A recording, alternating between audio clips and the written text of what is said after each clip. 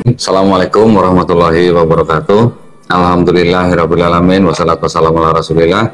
Pada malam hari ini saya kedatangan tamu, yaitu saya manggilnya ibu apa Ayu apa Ci nih ya jadi. Ayu boleh lah di Palembang. Kan Palembang panggilannya Ayu ya? Iya. Wong gitu galau ya. Ci juga boleh kan, ada Chinese Medan, tapi terserah, kayaknya Ayu kali biasa Ayu ya? ya. Berarti Ayu Sinta ya. Assalamualaikum Ayu Sinta ya. Iya. Waalaikumsalam. Nama aslinya sebenarnya siapa? Kristiani. Cuman memang Sinta ini waktu masih kecil aku sempat sakit-sakitan, kayaknya udah keberatan nama ya. Oh gitu. Dikasih nama Kristiani Telaum Banua. Banuani. Marga mana? Marga Nias. Oh Nias, orang tua Nias. Papa Nias, mama Chinese Medan. Oh, mama saya apa? Sechua. Wih, Sechua. Asal. Nah ini, oh jadi diganti namanya jadi Sinta. Karena waktu itu sakit-sakitan, kalau orang dulu kan percaya tuh. Dan kebetulan ada Kopo Ipo lah ya, yang mereka jago dengan yang maksudnya yang seperti itu. Tahu lah, ada ilmu kebatinan gitu. Wah, nama anak lu nih berat katanya. Ganti deh katanya. Udah kan gitu. Kristiani, kok berat? Ya, kayaknya keberatan emang sejak lahir. Ya. Oke, nah Sinta ini bersahadat kemarin ketemu kita di restoran Long Feng Tang ya, Bintaro ya. Nah, seperti biasa nanti gini, biasanya saya mau nanya nih, Sinta dulu gimana ceritanya gitu, kok bisa dari kecil berarti Kristen kan? Dari lahir. Orang tua Kristen? Kristen banget papa ya, mama tuh sebenarnya dari Buddha dulu. Oh gitu. Ya. Nah terus pindah ke Jakartanya kapan? Pas waktu saya waktu itu masih menikah dengan ini ya, dengan mantan saya lah ya. Oh mantan, berarti ya. Sudah pisah? Sudah pisah tuh. Saya pindah, benar-benar di sini tuh nggak punya siapa-siapa. Oh gitu. Maksudnya nggak, saya tinggal sama cicinya waktu itu dulu segala macam. Ya. Pindah Jakarta tahun berapa? Pindah Jakarta itu tahun 2007, 2007-an ya, 2007. Dan termasuk apa namanya mantan saya itu ya. Dia itu menerima Kristen ya waktu itu. Sebelumnya Buddha sebenarnya Buddha. Oh berarti waktu nikah suaminya masuk Kristen? Masuk Kristen, masuk Kristen. Aku diinjili gitu? Iya, memang saya itu kan dari dulu kalau soal agama, terutama soal Alkitab itu seneng lah kayak mempelajari, ngebaca. Ada selalu saat teduh tuh selalu ada saat teduh tiap pagi gitu. Ya, kan ada istilahnya tuh 4M, menyelidiki, ya kan, gitu kan, membaca, ya kan, menyelidiki, meneliti, melakukan gitu kan, yang kayak gitu kalau dulu ya waktu pada saat itu. Ya ada pertanyaan-pertanyaan karena di dalam Alkitab itu ada hal-hal yang menurut aku tuh kayak ada kontradiktif. Cuman karena iman itu sudah lahir dari lahir gitu ya, sudah ada dari lahir. Jadi kayak berusaha, enggak lah, aku aja yang emang belum paham, aku belum menyelidiki lebih jauh gitu. Papanya pendeta atau gimana? Papa itu sebenarnya dia bukan pendeta juga, dulu juga sebenarnya bukan Kristen yang benar-benar menjalani kekristenan ya, maksudnya. Pada saat itu ya Kristen aja, mama pun masih menikah secara Kristen tapi masih Buddha gitu, masih sembahyang, pegang hio gitu-gitulah. Even kita waktu masih sampai SD, SMP itu masih pegang hio dulu malah. Masih gitulah ya, maksudnya kan, karena kan memang papa sekalipun dia ibarat kata Kristennya KTP, tapi orang Nias itu memang benar-benar kental Kristennya gitu. Nah, terus gimana ceritanya udah di Jakarta? Udah di Jakarta menikah. Punya anak. Nah, sebenarnya setelah saya review di sini nih, kadang wanita itu memaksakan diri mengganti posisi untuk menjadi tulang punggung, ya kan? Itu sering banget tuh. Dan akhirnya ketika wanita menjadi tulang punggung, mulai nih karakter cowoknya muncul, merasa dominan gitu kan. Dan dari waktu awal padahal niatnya pernikahan, nanti kita kalau misalnya sudah nikah ya udah deh, aku aja kayaknya kan dari sisi karir, dari sisi pendapatan aku lebih gede, ya udah deh, aku kayaknya yang kerja, kamu stay build usaha dengan tujuan harapannya kita bisa bareng-bareng nih, selalu bareng. Tapi beriring berjalannya waktu aku nggak lihat apapun gitu loh. Dan yang malah yang tambah sering itu malah ribut gitu.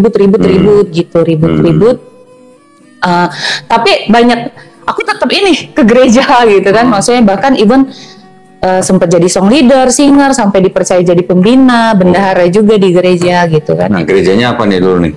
Sebenarnya kalau waktu aku menjalani kekristenan itu benar-benar menjalani kekristenan pada saat kita ketemu yang namanya gereja GPDI. Which is bukan berarti ngomongin Kristen-Kristen lain nggak gimana ya, maksudnya kalau yang namanya style karismatik itu lebih strict gitu, lebih keras, lebih dalam soal ibadah tuh nomor 1 gitu kan. Nah waktu itu saya di GPDI Hosana Palembang. Oh, Hosana. Itu awal. Nah awal-awal di situ, udah di situ jadi singer, song leader segala macam. Itu sebelum ke Jakarta. Sebelum ke Jakarta. Jadi memang sudah ada bibitnya nih keluarga semua. Kenapa papa akhirnya sekarang tuh benar-benar Kristennya dia jalanin banget, keluarga semua. Ya berawal ketika ketemu gereja yang tepat. Kalau istilahnya dulu tuh bertumbuh gitu, ya kan istilahnya dulu. Terus setelah ke Jakarta, gerejanya? Setelah ke Jakarta, sama GPDI juga. Awalnya bukan GPDI, awalnya nyari. Banyak gereja-gereja besar itu kayak ngabain orang kan, ternyata ketemu gereja rumahan bener-bener ngerangkul kayak keluarga gitu. Kekeluargaannya bagus. Iya, kekeluargaannya bagus gitu. GPDI apa dulu? GPDI yang di Jakarta ya, di Tangerang tepatnya itu di GPDI Aletheia. Jadi song leader, singer, bendahara, bahkan sempat jadi pembina juga. Pembina, tapi pembina ini ya pemuda pelajar gitu. Nah, terus gimana perjalanannya, kok berapa tahun di gereja itu? Di gereja itu sejak tahun berapa ya? Stella itu umur 3 tahun. Aku nikah 10, umur 3, berarti 2013 ya. 2013 lah. Waktu itu di situ sampai di 2022 sampai tahun kemarin. Ya karena memang sudah terbentuk kan kasih itu, meskipun bukan berarti maksudnya saya hidup wah kudus dan sempurna sekali ya, maksudnya banyak juga kesalahan yang saya lakukan, tapi buat saya jadi berkat, buat saya nolong orang itu hal utama pada saat saya dulu masih di Kristen. Ternyata ketika saya mempelajari Muslim pun ya kita kalau nggak hidup buat orang lain juga percuma gitu, ujung-ujungnya gitu kan nggak akan diterima juga sama Allah. Terus gimana ceritanya dari song leader kok bisa tertarik dengan Islam gitu? Dari dulu tuh sebenarnya aku kalau debat sama dengan Muslim tuh sering debat sama Muslim? Iya dulu kan sempat pacaran sama Muslim nih. Ya saya pacaran sama Muslim beberapa kali. Waktu itu sempat yang pertama malah namanya Ki Agus. Tapi tetap nggak bisa meruntuhkan iman aku gitu. Sampai malah pernah Muslim yang satu lagi sampai bawa ke rumah malah mau jadi Kristen gitu. Oh gitu. Sudah ikut kegiatan malah. Nah sampai even yang mantan suami saya juga kan ini, meskipun masih proses ya, tapi buat saya kan kalau semenjak saya syahadat 2022, tepatnya tanggal 26 bulan 12 tahun 22, ya itu nggak akan aku lupain. Itu yang saya ketahuin, saya kan cari Mu'alaf Center Indonesia, cari sendiri tuh waktu itu. Tunggu, sorry. Tadi bilang syahadatnya 26 Desember 2022. Oh, udah syahadat. Aku udah syahadat. Di mana? Syahadat karena aku nggak pernah berpikir bahwa sesuatu ini yang namanya kepercayaan itu, mau digembar-gemborin. Ya aku yakin ketika aku sudah la ilaha illallah Muhammadur Rasulullah, ya aku udah syahadat. Waktu itu aku udah memutuskan itu. Di mana waktu itu? Waktu itu waktu itu ketemu sama temen di Ancol. Waktu itu kita ada acara di Ancol, jadi aku berani bersyahadat di situ waktu itu. Di masjid atau bukan? Enggak sih, enggak di masjid karena habis diskusi bincang-bincang akhirnya aku aku memutuskan gitu loh.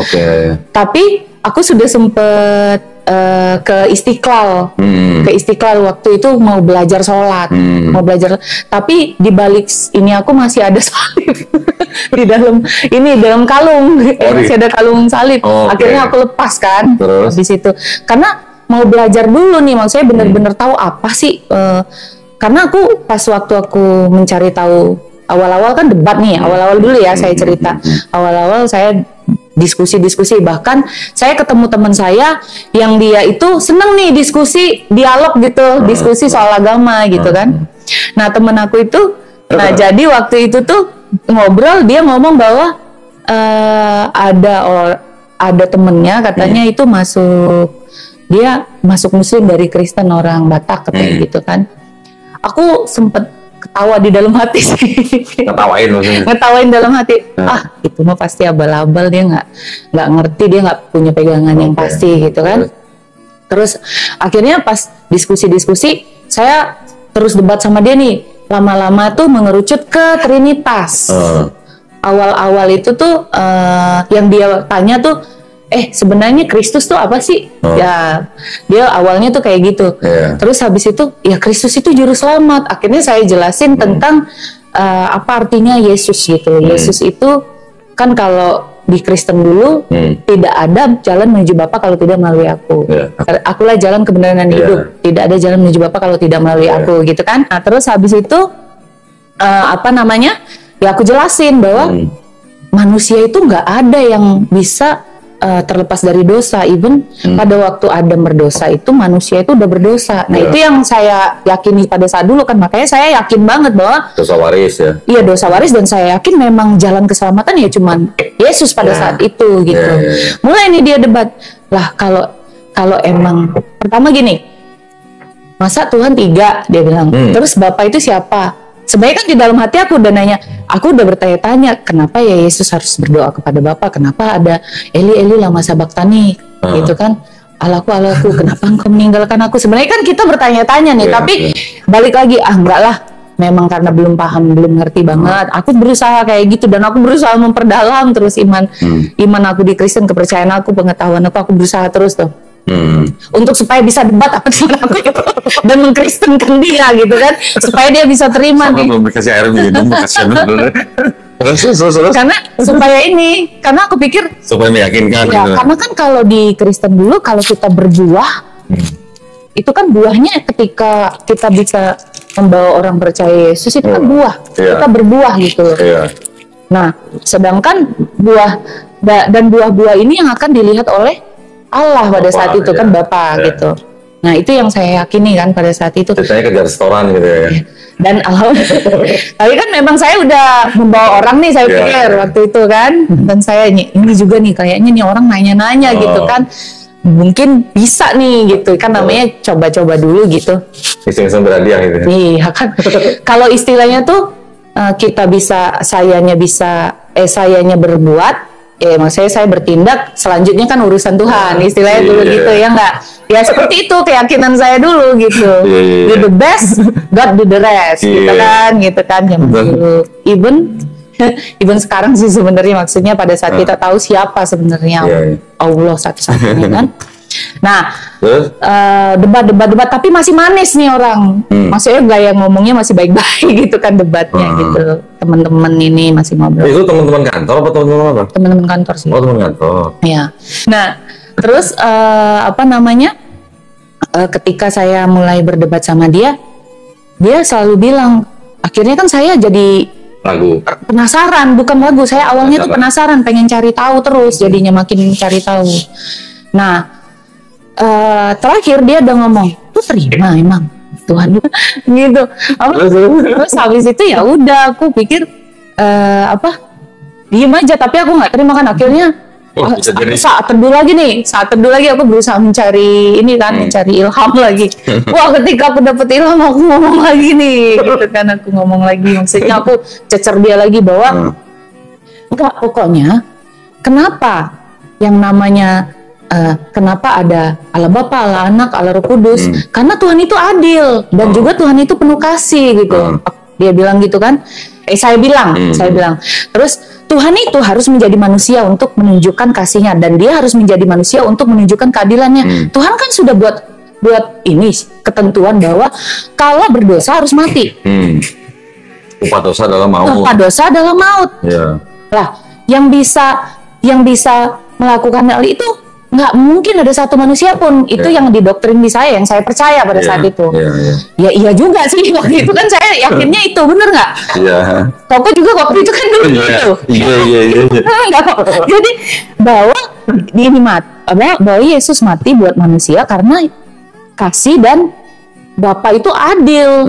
Bapak itu memang megang kata-katanya. Ibarat saya sampai ngomong, masa Tuhan ngejilat di ludahnya lagi, dia sudah buat hukuman, terus diganti hukumannya. Sampai aku ngomong gitu loh. Karena dia kan sudah mulai ngomong gitu, aku juga ngomong gitu dong. Pada saat itu ya, debatnya. Terus akhirnya pas waktu setelah berlanjut seperti itu, berlanjut ngobrol-ngobrol, dia ngomong, lah kan dia Tuhan. Terus? Dia maha pengampun, dia maha pengasih, yang ngampunin tinggal ngampunin aja. Mulai itu, di situ mulai terusik saya. Kenapa harus repot-repot jadi manusia gitu ya? Iya, maksudnya itu karena sekarang gini, kalau Yesus mati buat seluruh manusia, lah perjanjian lama gimana? Umatnya Nabi Musa siapa gitu yang? Iya kan dia. Terus intinya kalau yang dulu kan berarti intinya sudah diampuni, ya udah diampuni. Makanya Musa, Abraham, Ishak, Yakub yang kita percaya, Nabi Elia, ya kan, yang Nabi Elia bahkan diangkat, dia belum ketemu Yesus, ya kan, sudah diampuni. Lah kenapa harus ada Yesus? Berarti gitu? Kalau gitu kan, kalau memang keturunan Adam dan Hawa ini bawa dosa waris, berarti kan orang-orang sebelum Yesus pun udah bawa dosa waris kan? Iya, harusnya dihukum juga kan? Iya, itu siapa yang ngampunin gitu? Ya, itu yang pertama mulai semakin aku mulai penasaran juga kan. Awal-awal aku yang seperti saya bilang, udahlah enggak gitu. Nah pas mulai terakhir ke arah yang ke sini lagi, ya dia tinggal ngampunin doang. Maha pengampun, ya suka-suka dia lah, dia kan Tuhan ibaratnya. Tuhan bisa melakukan apa aja gitu. Jadi semakin ke situ kan saya mikir juga gitu loh. Intinya kalau memang seandainya Allah mau mengampuni, ya mengampuni aja. Kan maha pengampun. Maha pengampun gitu. Maha adil, ya dia tetap adil. Karena ternyata di Muslim, lu punya dosa, lu kan tetap akan dihisap kan nantinya gitu. Yang orang Kristen nggak tahu. Karena mereka nggak mau mempelajari. Kalau istilahnya pada saat saya ngomong itu, pada saat kita mau mempelajari sesuatu, kosongin dulu gelasnya. Ada tuh istilah teman saya yang ngomong kayak gitu kan. Ya, jadi kalau pengen tahu, kosongin dulu gelasnya. Itu ngumpet mulu mukanya. Kosongin dulu gelasnya gitu kan. Karena kalau ada isi susah pasti. Ya kan, kecampur-campur. Jadi akhirnya di situ saya mulai mencari tahu, saya mulai gelisah. Nah, disinilah titik mulai journey-nya. Waktu itu kan ngebahas agama samawi. Di situ mulai saya merasakan dari yang logik tadi menuju kolbu. Jadi pada saat itu entah kenapa memang momennya saya nih harus ke gerejanya adik ipar saya. Nah, waktu itu karena mamanya adik ipar saya itu kan meninggal. Jadi saya nggak sempat gereja di tempat saya kebaktian lah di gereja dia supaya sama-sama bareng-bareng ke sana. Saya itu lagi penasaran agama samawi itu apa. Saya sampai di situ, yang dibahas agama samawi, kayak kejawab gitu, penasaran saya, ya kan? Ternyata agama samawi itu dia bilang dulu agama samawi itu ada 3, Yahudi, Kristen dan Islam, gitu. Nah. Dan pada saat dia berdoa, dia menyebutkan Allah Bapa, Allah Anak, Allah Roh Kudus, Allah Abraham, Allah Ishak, Allah Yakub, tapi nggak nyebutin Allah Ismail. Kalau di Al-Baqarah kan Allah Ibrahim, ya kan, Allah Ishak, Allah Yakub, Allah Ismail, ya kan. Nah kalau di sini Allah Abraham, Allah Ishak, Allah Yakub. Ismail nggak disebut. Tapi kan berarti ini Allah yang sama yang kita sembah, berarti punya power. Gitu loh pada saat saya di gereja itu. Tapi ya enggak lah, saya harus terus mempelajari gitu kan. Saya nyanyi, saya terus ke gereja sampai saya masih tetap jadi song leader. Saya mulai nggak mau pelayanan lagi itu antara September Oktober deh, saya ingat aku. Mulai dari situ aku mulai tolak terus pelayanan. Karena hati udah mulai ini kan, jangan boya gitu. Karena kan namanya dari dulu, dari lahir aku juga sampai bawa orang banyak banget tanggung jawabnya, moralnya gitu kan. masa iya sih, masa iya gitu kan, nggak mungkin gitu. Nah setelah agama Sunni segala macam itu mulai nih kalau buat aku penasaran ya, akhirnya jalan tengah di sini yang paling nggak enak.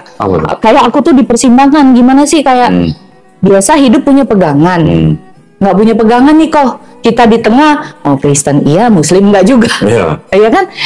Mau apa? Saya mau ngomong Yesus Tuhan, lidah udah mulai berat gitu kan? Tapi mau ngomong sepenuhnya Allah juga masih belum gimana-gimana banget pada saat itu. Akhirnya saya cari tahu doa yang mustajab itu di sepertiga malam, ya kan? Sepertiga malam. Tapi doanya tetap cara Kristen waktu itu. Tapi saya doanya bilangnya Allah Bapa, Allah bukan, Allah Abraham, Allah Ishak, Allah Yakub. Karena menurut saya mau ke sini mau ke sana sama nih, bener nih, Allahnya sama. Ya kan? Nggak salah. Saya bilang, terus jadi saya bilang, ya Allah tolong kasih tahu saya sebenarnya Yesus itu Tuhan apa enggak sih? Saya berdoa saya berdoa kepada Allah Bapa, Allah Abraham, Allah Ishak, Allah Yakub.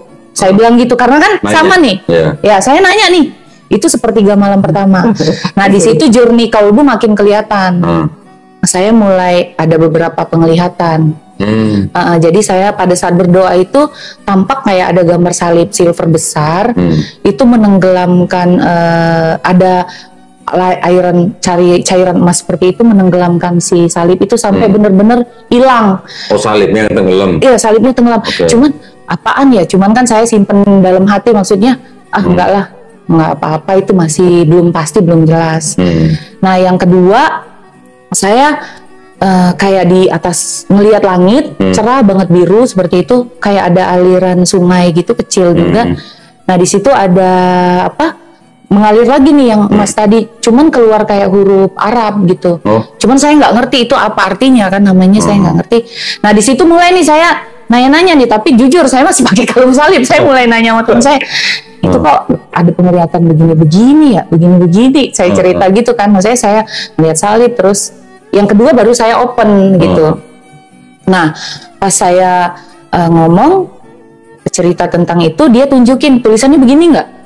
Sampai 3 kali, yang ketiga ternyata la ilaha illallah. Dan tulisannya begitu. Iya, dan pada saat saya lagi doa yang malam-malam yang saya penglihatan itu, hati saya benar-benar tergerak untuk membaca Al-Ikhlas. Makna Al-Ikhlas. Nah, setelah itu di tengah hari kan hati saya lagi gunda-gunda gulana. Nah, ingin menenangkan hati saya itu la ilaha illallah, la ilaha illallah. Hati saya tuh pengen ngomong itu terus, suruh banyak-banyak. Ternyata pas ketemu teman saya itu la ilaha illallah. Sampai aku nggak habis pikir. Sampai ini kayak saya sampai nggak habis pikir itu kenapa. Maksudnya kok ya udah, itu kan makin perjalanan logik saya dilengkapi dengan perjalanan itu juga gitu loh. Saya tahu Allah tuh tahu banget cara nyentuh hati saya gitu. Nah, akhirnya di yang ketiga di sini yang akhirnya saya ada melihat ada masjid sama taman-taman di depan itu bagus banget, bunga taman kayak gitu merah. Cuman saya nggak bisa masuk. Itu penglihatan lagi. Iya. Dan saya ngelihatnya itu dan saya nggak bisa masuk di situ, dan di hati saya mengatakan untuk saya masuk situ cuma bisa lewat sholat. Saya maksain diri belajar sholat, sampai ke toko Gunung Agung saya cari buku sholat. Saya cari buku sholat waktu itu ke toko Gunung Agung. Nah, saya mulai baca-baca, ya gimana ya, nggak mungkin langsung bisa hafal kan, banyak kan itu.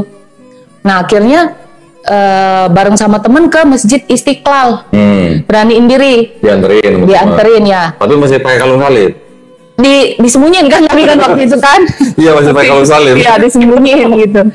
Karena pengen ngerasain dulu ini. Masih pakai kalung salib masuk. Nah, di sini tuh perjalanan aku menuju Muslim itu tuh, saya minta ajarin orang berwudu tuh. Bayangin 3 kali orang nolak aku loh. Saya sampai nggak nyangka, maksudnya maaf ya, kok bisa ya orang Muslim, kan aku cuma minta ajarin wudhu gitu kan. Minta ajarinnya ke orang yang di Istiqlal. Di Istiqlal kan saya tempat wudhu nih. Nah, di tempat wudhu itu, Bu, saya masih pertama sekali, saya pengen belajar wudhu, boleh diajarin ya gitu. Oh maaf, saya lagi sibuk karena udah mau buru-buru pergi. Yaudah, tapi terus hati saya tetap cari lagi nih, Bu maaf saya boleh izin nggak mau diajarin wudhu gitu. Sebentar ya, ibu-ibu agak tua Pak Rubaya gitu lah. Sebentar ya, tapi nggak balik-balik tuh ibu. Akhirnya ada satu ibu-ibu, Bu maaf ya saya baru banget pengen belajar wudhu. Akhirnya dia ajarin mulai dari mulut, hidung, kuping ya gitu. Udah akhirnya saya rasanya tuh pas sudah ketemu tuh kayaknya lega banget gitu kan. Awalnya nggak ngerti tempat wudhu, saya udah mau naik tangga tuh masuk. Ternyata suruh balik lagi. Namanya nggak tahu kan. Nah pas waktu saya naik, pas waktu saya jalan, yang lucu nih teman saya. Kita lihat aja nih, pasti dia bakal keluar. Makanya nggak mungkin dia berani kan, maksudnya ke dalam situ, maksudnya nerusin ngambil wudhu segala macem gitu kan. Yang ternyata yang di luar ngomong nih, ini bakal keluar nih, gua tunggu aja dia bakal keluar nih. Jadi nggak taunya enggak gitu kan. Pas aku sudah selesai wudhu, saya balik lagi ke tangga, tujuannya mau ngejar biar jamaah. Kalau jamaah kan ngikutin, jadi bisa belajar gerakan. Memang tapi Allah tuh untuk dengan aku tuh beda kali ya. Bayangin, aku kan belum punya mukena. Aku nggak ketemu mukena sama sekali. Nah, terus pas masuk itu belum pakai hijab? Nggak pakai hijab, tapi kan bajunya ketutup. Bajunya ketutup kan, sopan gitu kan. Maksudnya, ya saya nggak ketemu mukena, tapi alhamdulillah ada orang Aceh. Terus? Akhirnya nemenin aku lah, nungguin mukena berdua. Nah si orang Aceh ini tuh, saya bilang nanti itu ya, boleh ya jamaah ya kita ya, berdua aja gitu. Akhirnya pas ngobrol-ngobrol, aku ceritain lah kisah aku. Dia itu udah sadar atau belum? Belum sadar. Itu belum sadar? Belum. Karena aku penasaran dengan penglihatan aku pengen. Iya. Aku pengen ini dulu. Pengen apa namanya tuh? Sholat. Gitu. Nah pas aku sadar, itulah baru kalau aku lepas semua. Udah yakin akunya. Jadi pas di Istiqlal itu jadi sempat sholat jamaah? Nggak sempat. Nggak sholat. Nggak sholat jemaah, saya sholat sendiri. Tadinya kan mau berdoa nih. Yang lucu datang nih sebiji doang. Yang pakai apa? Yang mukenanya cuma datang satu doang. Jadi saya harus nunggu dia selesai. Tapi udah bisa sholat sendiri waktu itu? Nggak tahu itu bener apa enggak sih. Maksudnya saya seingat saya dan sebatas kemampuan saya. Yang penting niat saya benar-benar pengen bisa belajar sholat. Saya pengen masuk ke dalam yang masjid yang saya lihat itu. Saya pengen masuk di dalam itu ada apa gitu. Setelah sholat baru, setelah itu nggak lama baru sadar. Saya dapat penglihatan yang keempat, yang terakhir lah, yang benar-benar membuat saya syahadat. Di situ ada matahari gede banget, kayak sudah deket banget sama bumi. Yang masjid yang saya lihat, yang saya pengenin masuk itu, kena lagi tuh yang lelehan air emas itu sampai menutup semua masjid itu gitu loh. Nah, pas waktu saya baru tahu, sumpah demi Allah, saya nggak tahu kalau ternyata kalau hari kiamat itu yang namanya matahari kan di Al-Quran itu cuman berapa jengkal dari bumi kan. Ya Allah, kok itu pertama Al-Ikhlas yang nggak pernah saya La ilaha illallah saya nggak pernah tahu. Saya digiring ke sana gitu dari logik yang saya pelajarin semua kan, keesaan Tuhan gitu, terus tentang hari kiamat. Dari situ saya takut kok karena kan udah ngomongin soal kiamat nih. Siapa yang nggak mikir kalau sudah yang terakhir ngomong kiamat. Dalam hati saya, gila kali ya saya ya, sudah sampai dikasih begitu, udah dikasih logik pemahaman seperti itu gitu, udah tuh diteguhin lagi sama penglihatan, kok masih aku bandel misalnya gitu kan. Akhirnya disitulah saya memutuskan syahadat, kalungnya saya copot. Tapi saya sampai ke rumah bohong, kayak bilang kalung itu patah, hilang gitu kan, segala macam ya. Nah di rumah mulai tuh saya pergumulan.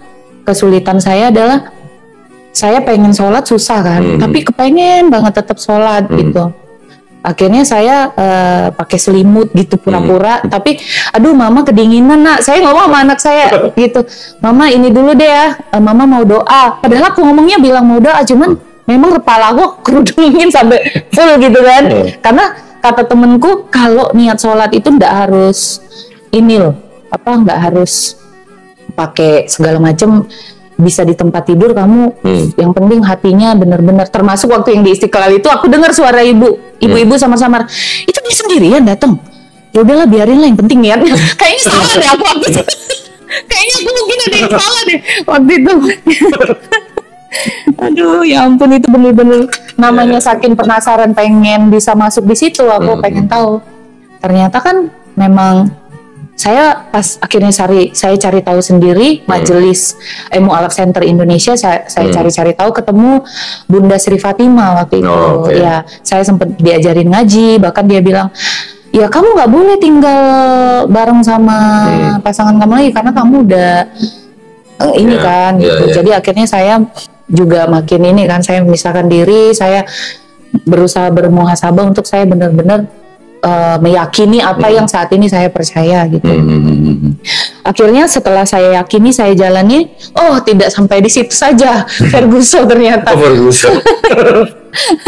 Orang tua atau apa? Orang tua udah pas waktu keluar itu kan udah mulai kebaca juga, ngecium kalau saya ternyata saya udah muslim. Waktu itu entah kenapa pas waktu ribut-ribut sama keluarga, aku tuh hati aku cuma pengen ngomong la ilaha illallah, la ilaha illallah, la ilaha illallah gitu. Baru aku rasanya tenang. Nah mungkin aku nggak ngerti ya suara aku apakah kedengaran atau gimana, karena aku pengen ngomong itu pada saat itu gitu. Akhirnya adik aku datang ke kamar nanya saya, yuk emang ini, karena pakai bahasa Palembang ya kan namanya, emang mama lah masuk Islam, artinya udah masuk Islam gitu kan. Tapi aku ngomong lah akhirnya apa adanya. Mama udah tahu, mama udah curiga. Ya udah ada rasa ketakutan kan, akhirnya akhirnya karena ribut juga sama mantan, ribut sama mama semua, akhirnya aku keluar dari rumah. Tujuannya tuh aku nenangin diri sebenarnya niatnya, dan hari ketujuh aku akan balik lagi, aku bilang hari ketujuh aku akan balik lagi gitu, setelah hati aku tenang dan memutuskan apa yang aku inginkan gitu kan. Nah akhirnya pas aku balik lagi mereka nggak ada semua, lagi pergi semua. Ya udah, aku yang penting sudah sesuai komitmen, saya sudah pulang ke rumah, saya bawa semua baju, saya pergi tanpa bawa harta apapun, harta apapun saya tinggalin. Gitu. Saya nggak bawa apapun, benar-benar saya cuman bawa baju saya, dan sempet ke ini sih, ke doktrin nama mereka lah gitu. Sampai Stella tahu kalau nama anak saya Stella tahu kalau mama muslim gitu. Ini fotonya dia ketakutan lihat agama lu segala macam lah ya, ada sempet omongan-omongan tentang agama Islam yang jelek lah gitu kan. Tapi saya bukan soal debat lagi. Di sini masalahnya hati saya sudah percaya bahwa satu-satunya Tuhan itu Esa adalah Allah.